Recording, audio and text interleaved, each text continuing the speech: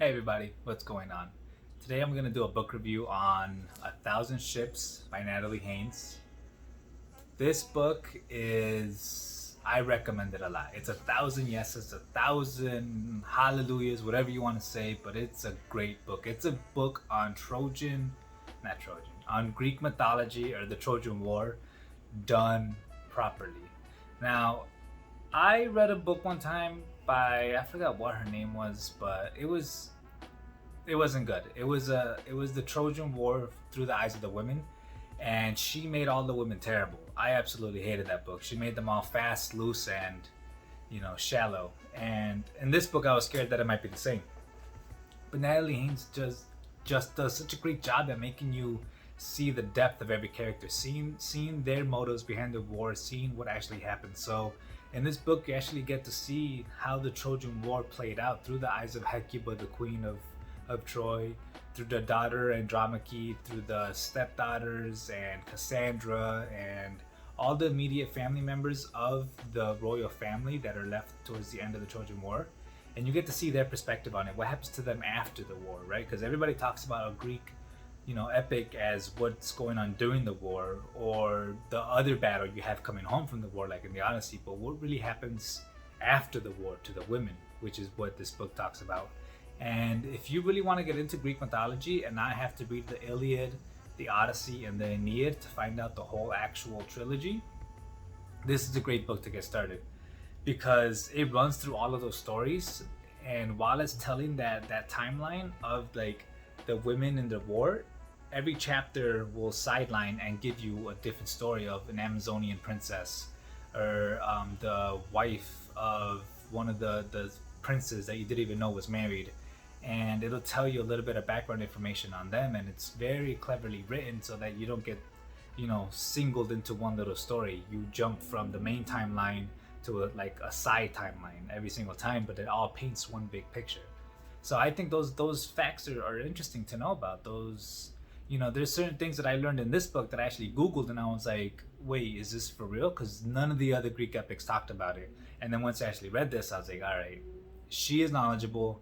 She's not making the women very, light and airy. Like they had depth. Like Hecuba was Hecuba.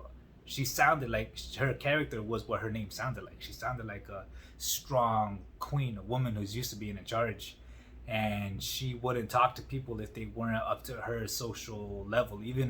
Even after the war, even after I'm not gonna spoil it and say who wins the war, but like even after she's into a different situation, she still treats certain people with certain type of demeanor and mannerisms because she doesn't change who she is just because of the circumstances of this war that happens. And I think this book is done right. I think this book, everybody should take a chance to read it. Everybody should look it through. It's beautifully published with the crazy dust jacket. The book itself is all black with these ripped edges, which I like a lot. I think it's really cool. I like it a ton. Um, this book gave me a lot of Circe feels, a lot of vibes of like Madeline Miller. It was written not in a similar fashion or a similar tone, but just very like educated, very well thought out, very like methodically placed, like every chapter and every part that comes after it. And this is a great retelling of something that has been, read and studied for hundreds and thousands of years. So if you're looking to get into Greek mythology, this is a way to go. And it even starts off in a clever fashion where every Greek epic calls a muse to help them discuss a story. It calls a goddess of poetry and art and storytelling to be able to tell you, like, to be able to guide you in telling the story, to ask them for help in telling the story properly. And the second that the book starts off, it's very similar to that, but it's also saying, like, have you ever thought about how the muse is feeling? Why is it that all these blind poets like Homer are over here trying to just call my attention? She's like, what if I was busy?